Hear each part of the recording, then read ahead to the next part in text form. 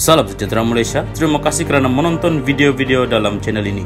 Sebelum kita mula, jangan lupa untuk tekan tombol subscribe, share, like dan komen. Let's go! Salam sejahtera dan salam perpaduan kepada seluruh rakyat Malaysia. Berita panas malam ini bertajuk Skandal Opkom, SPRM teliti unsur kesalahan rasuah.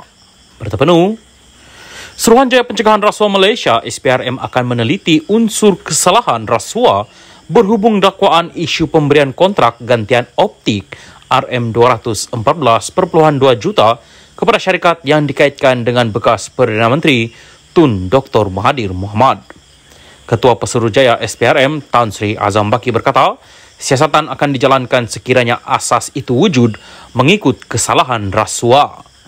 Bagaimanapun beliau berkata ketika ini pihaknya masih tidak mempunyai maklumat lanjut berhubung perkara itu.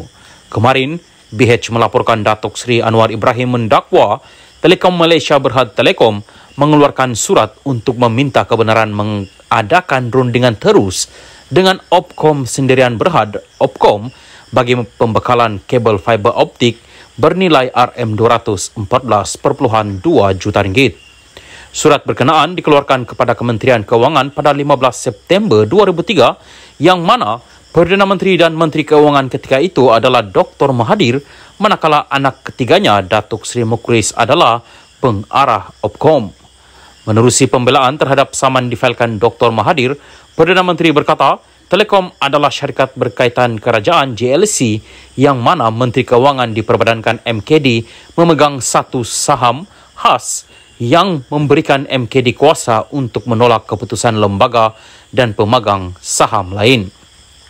Beliau berkata, MKD pada masa itu berada di bawah kawalan dan arahan Dr. Mahathir yang juga Perdana Menteri dan Menteri Keuangan. Dalam perkembangan lain, Azam menegaskan suspek kes pengubahan wang haram berkaitan perlombongan haram meninggal dunia di hospital dan bukannya dalam bangunan SPRM. Beliau berkata, dakwaan lelaki itu maut dalam lokap SPRM harus diperbetulkan kerana ia bukan satu kenyataan yang tepat. Ia harus dijelaskan dia meninggal di hospital. Dia adalah seorang daripada suspek kita dan apabila dia nampak sakit tempoh hari, kita bawa dia ke hospital dan dia meninggal di hospital. Penjelasan dakwaan meninggal di lokap perlu diperbetulkan. Sebelum ini juga, saya katakan akan serahkan kepada polis untuk siasat. Saya hari ini beritahu apabila ditanya oleh anda, pemberita, dan bukan untuk masuk campur, katanya. Berhubung siasatan dalaman yang akan dijalankan SPRM, Azam menjelaskan siasatan akan dijalankan polis terlebih dahulu. Salam sejahtera dan salam perpaduan kepada seluruh rakyat Malaysia. Berita panas malam ini bertajuk dakwaan aset UMNO RM100 bilion hilang. Tun M, dua bekas menteri digesa beri penjelasan. Berita penuh, Veteran UMNO menggesa Tun Dr. Mahathir Mohamad bersama dua bekas Menteri Keuangan memberi penjelasan berkaitan dakwaan kehilangan aset UMNO dikatakan bernilai RM100 bilion. Penjelasan bekas Perdana Menteri yang juga bekas Presiden UMNO itu bersama Tun Daim Zainuddin yang juga bekas Bendahari Parti selain Tan Sri Nor Mohamed Yaakob menurut veteran UMNO perlu kerana rakyat khususnya ahli parti itu berhak tahu cerita sebenar. Menerusi satu kenyataan, Setiausaha Agung Veteran UMNO, Datuk Mustafa Yaakob, berkata dakwaan itu adalah sesuatu yang serius dan melibatkan dana besar serta membabitkan kepentingan awam.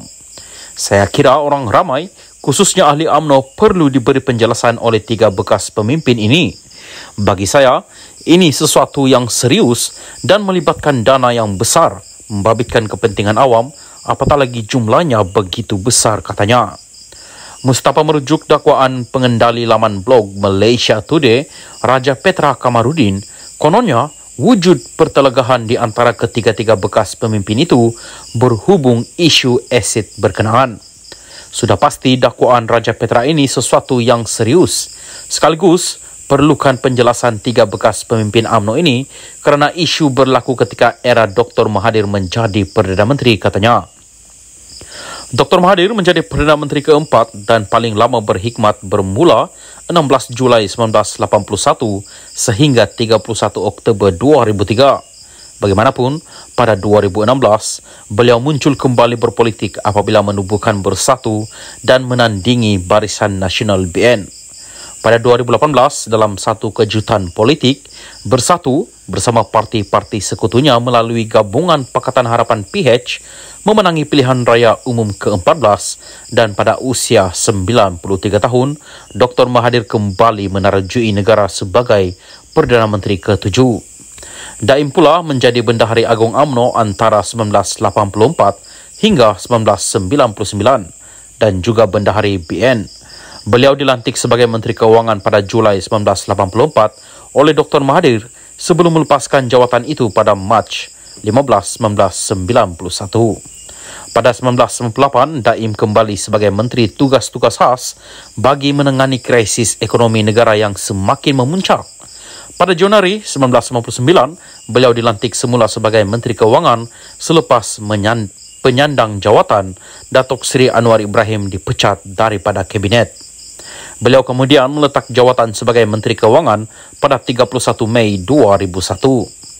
Nur Mohammed pernah berkhidmat di Bank Negara Malaysia BNM dari 1968 hingga 1994 sebelum dilantik oleh Dr. Mahathir sebagai anggota jawatan kuasa kecil menangani krisis ekonomi negara pada 1998. Pada Mei 15, 2000, beliau dilantik sebagai penasihat khas ekonomi kepada Perdana Menteri dan 2 tahun kemudian dilantik sebagai pengarah Khazanah Nasional sebelum menjadi senator dan dilantik menjadi Menteri Keuangan 2 dari 2004 hingga 9 April 2009. Nur Mohammed bertanding pilihan raya umum 2008 atas tiket Barisan Nasional BN dan menang di kerusi Parlimen Tasik Glugo. Sesulan penstrukturan semula Kabinet pada April 2009, beliau dilantik Menteri di Jabatan Perdana Menteri menerajui unit perancang ekonomi dan unit kerjasama awam dan swasta sehingga 2013. Sementara itu, Mustafa berkata, pihak berkuasa berkaitan lain khususnya Suruhanjaya Pencegahan Rasuah Malaysia SPRM juga wajar menyiasat dakwaan sama kerana ia satu tuduhan yang serius. Saya kira ada baiknya jika pihak berkuasa menyiasat dakwaan ini. Jika dakwaan benar, ini bukan satu perkara biasa kerana jumlah nilai asid begitu banyak, katanya. Katanya lagi, isu asid UMNO pernah dibangkitkan ketika Datuk Seri Najib Razak menjadi Perdana Menteri dan juga Presiden UMNO, namun tiada pembongkaran lanjut dibuat. Cerita kehilangan harta UMNO ini telah menjadi rahsia umum sekian lama. Ahli UMNO ternanti-nanti untuk mendapat jawapannya. Semasa Najib menjadi Presiden UMNO dan Perdana Menteri sebelum ini, ada usaha untuk membongkar rahsia di sebalik kehilangan harta UMNO itu. Tetapi Najib tidak bersetuju atas dasar pri kemanusiaan, katanya.